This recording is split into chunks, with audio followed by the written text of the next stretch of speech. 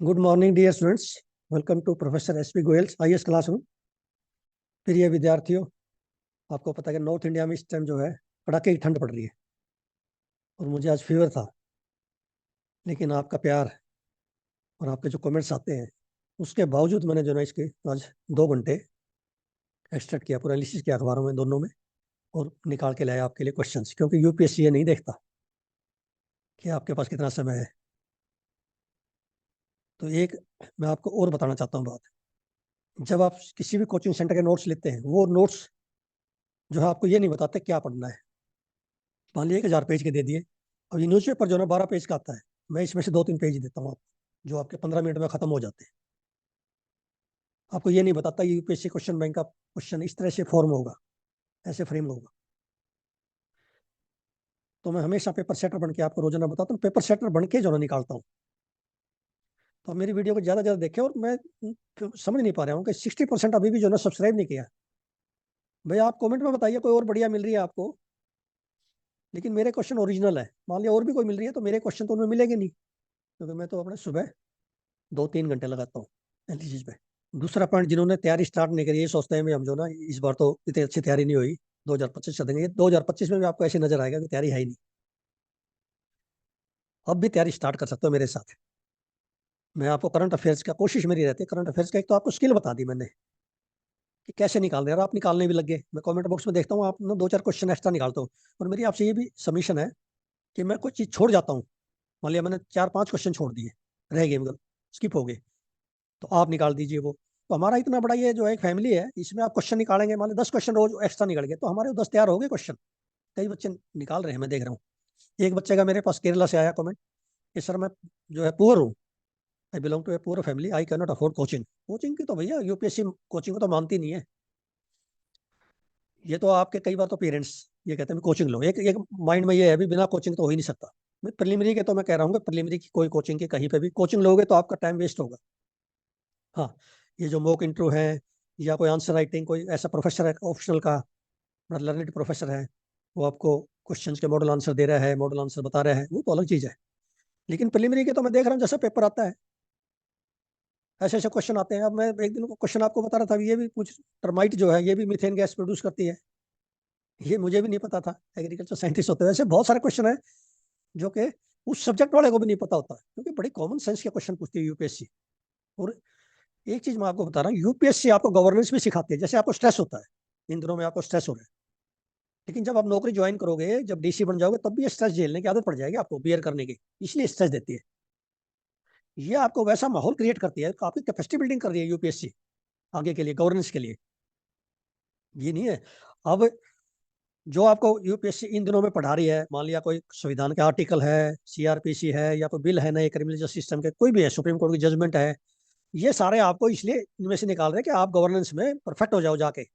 आपको जो भी स्ट्रेस होंगे, स्ट्रेस को आप बियर करो, आदत पड़ जाए आपको।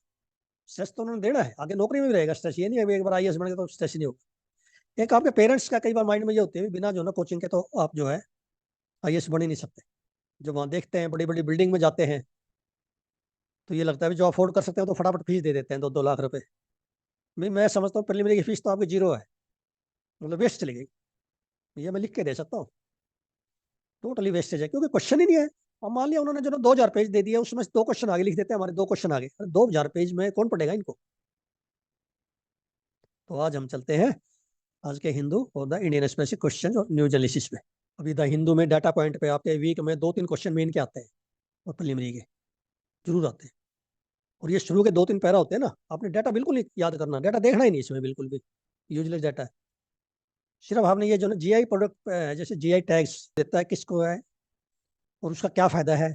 अब जीआई टैग इसलिए दिया जाता है, कॉमोडिटी का मान लिया तो वो उस एरिया की होती है प्रसिद्ध, जैसे बासमती चावल ऑफ तरावड़ी, आपका ऑरेंज ऑफ नागपुर, इस तरह के बहुत सारे हैं, 500 से ज्यादा प्रोडक्ट्स हैं इंडिया में, और सभी स्टेट के हैं।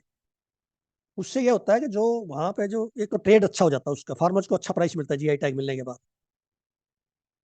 जैसे अब सुंदरबंस हनी है, या डोंगरिया कौन साल है। अब इसी तरह इंडियन एक्सप्रेस में आज उड़ीसा के दे दिए उन्होंने सारे, जीआई टैग थे ना, अब 2023 में अभी मिले हैं 5 जनवरी को। तो ये आपने आर्टिकल पढ़ना है ध्यान से, क्योंकि पता नहीं कौन सी स्टेटमेंट दे दे एग्जामिनर, 4 स्टेटमेंट होते हैं ना एक क्वेश्चन में, पता नहीं इसमें से क्या उठा ले। Nobody knows.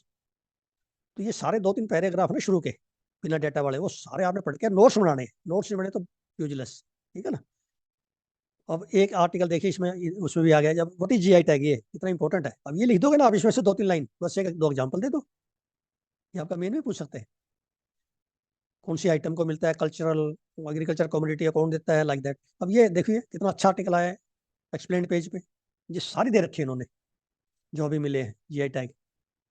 और ये सारा आर्टिकल आपने पढ़ना है, पता नहीं एग्जामिनर कैसे निकालेगा क्वेश्चन। एक तो क्या है कि एरिया में वो, एक तो किस चीज के लिए मिला, जैसे सिंपली पाल काई चटनी, ये सिंपली पाई काई चटनी क्या है, ये रेड आंट्स होते हैं, रेड वीवर आंट्स, उनकी चटनी बनाते हैं रेड, ग्राइंड करके। वो प्रोटीन विटामिन सब उसमें जो है भरपूर प्रोटीन होता है। सिंपली पाल जगह है वहाँ की, ये प्रसिद्ध है, वहाँ जीआई टैग मिल गया। लंजिया सोरा पेंटिंग, ये काला जीरा राइस कोरापुट का, ऐसे कपड़ा गंदा शाल डोंगरिया कौन टाई बनाती है, खजूरी गुड्डा। ये इस तरह से मैंने क्वेश्चन निकाल दिया, आपने पढ़ने नोट्स बनाने अपने, फिर मेरे क्वेश्चन पढ़ने, पहले नोट्स बना लो आप। GI tags are awarded by the department of promotion of industry and internal trade under the ministry of commerce and industry. ये कभी भी आ सकता है क्वेश्चन, जब आपको ये तो पता होना चाहिए ना जीआई टैग कौन देता है इंडिया में। Then GI registration is given to an area not a trader, area के लिए दी जाती है, उस एरिया में क्या प्रसिद्ध है। अब देखिए जीआई टैग और एरिया या पीवीटीजी, इनको मिल, ये कपड़ा गंदा शाल डोंगरिया कौन ट्राई बनाती है, नियामगिरी हिल्स में रहती है ये, ठीक है, उड़ीसा में, ये सब उड़ीसा के हैं। देन लांजिया सोरा पेंटिंग, ये भी पीवीटीजी कम्युनिटी है, लांजिया सोरा उड़ीसा में, वो बनाती है। देन सिंपली पाल काई चटनी ऑफ रेड वीवर्स आंट्स। देखो ऐसी चीजें बड़ी पूछते हैं यूपीएससी, कि भी ऐसा स्टेट भी है जहाँ पर रेड वीवर्स जो चिटियां हैं उनकी चटनी बनाई जाती है और उसको जीआई टैग मिला है। ऐसी नई नई चीजें आती है। Then Khajuri gur, then Gajapati district of Orissa. अब ये देखिए नया गढ़ कांटे मुंडी ब्रिंजल, ये ब्रिंजल की एक वैरायटी है कांटे वाली, स्पाइन्स है इसमें, ये रेजिस्टेंट है इंसेक्ट के, तो नयागढ़ जो जगह है वहाँ की है। Then Magji laddu from buffalo milk Orissa, ये देन कनाल डिस्ट्रिक्ट, इसको जीआई टैग मिला है।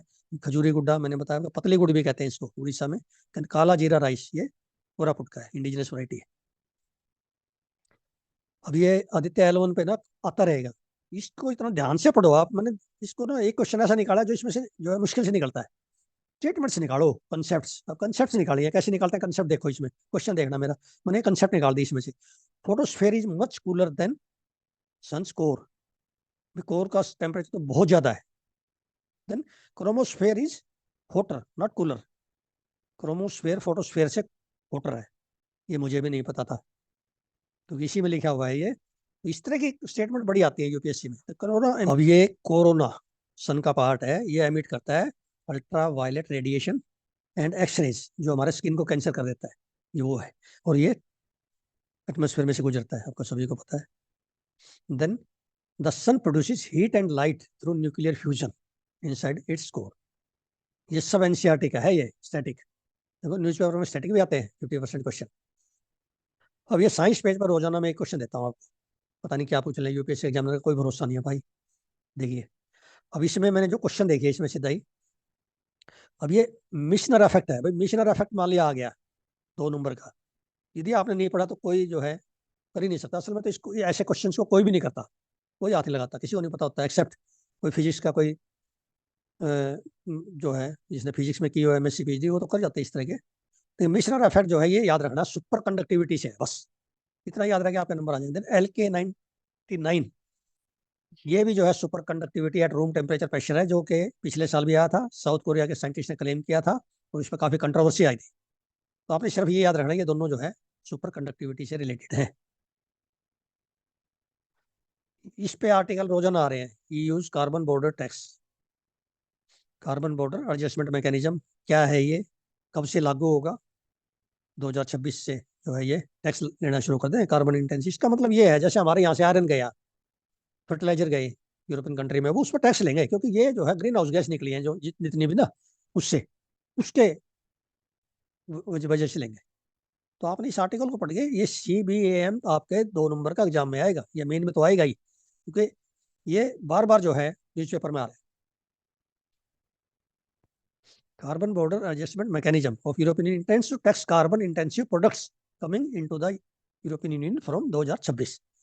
India introduced carbon credit trading system in December 2022 to combat climate change. पिछली बार नहीं आया, जो क्वेश्चन 2022 में नहीं आए ऐसे इंपॉर्टेंट थे क्लाइमेट चेंज के, 2023 2024 में आ सकते हैं, तो 23 में नहीं आए। ठीक है ना, ध्यान रखना, ये ऐसे क्वेश्चन छोड़ने नहीं आपने कि ये तो 22 का छोड़ दो। अब ये एक प्रीलिमिनरी क्वेश्चन है, ओपनहाइमर, ये क्रिस्टोफर नोलन का ड्रामा है, और ये जो है एटॉमिक बम जो है उस पे है, इन्वेंटर ऑफ एटॉमिक बम पे जो है ये बना है, और गोल्डन ग्लोब अवार्ड मिला है इसको। ये याद रखना, गोल्डन ग्लोब अवार्ड, ये आ जाते हैं प्रीलिमिनरी क्वेश्चन, बड़ा इंपॉर्टेंट क्वेश्चन है। देखिए मैंने दिया है। अब मैंने जो ना, देखिए मैं कैसे क्वेश्चन बनाता हूँ। अब इसके जो ना, इसी के मैंने जो ना तीन जो वो थे ना ऑप्शंस, इसी के ले लिए मैंने क्रिस्टोफर नोलन के, ताकि आप कंफ्यूज हो जाओ, ऐसा एग्जामिनर लेता है। भाई आज का सबसे इंपॉर्टेंट ये जो है हिस्टोरिकल जजमेंट है सुप्रीम कोर्ट का, ये आपके मेन में आएगा, जो कि एक ऐसा जजमेंट है 2002 के बाद, मतलब दो का केस है ये। और अब वो है इसकी, आप मैं थोड़ा सा बता देता हूँ आपको, मुझे तो क्लियर है ये।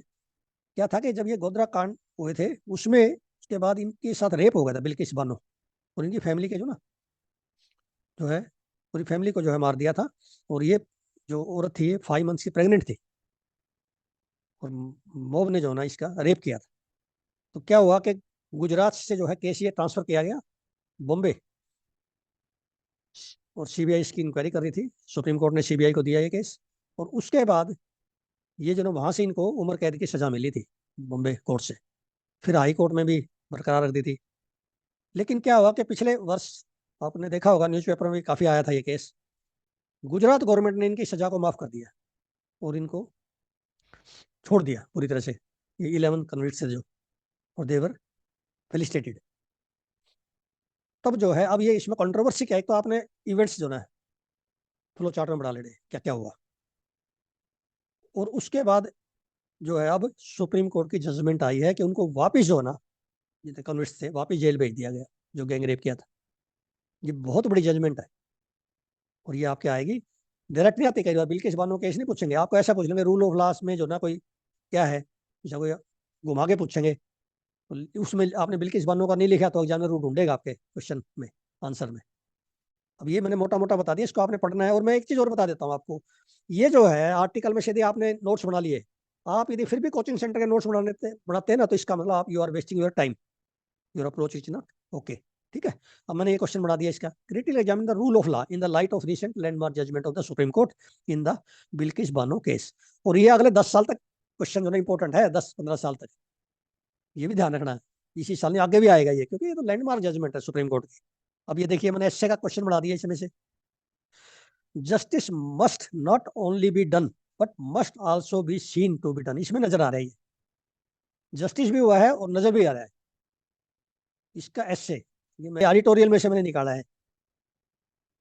ये एडिटोरियल में एक बार सुप्रीम कोर्ट ने जो है ये स्टेटमेंट दी है, justice must not only be done but also seen to be done.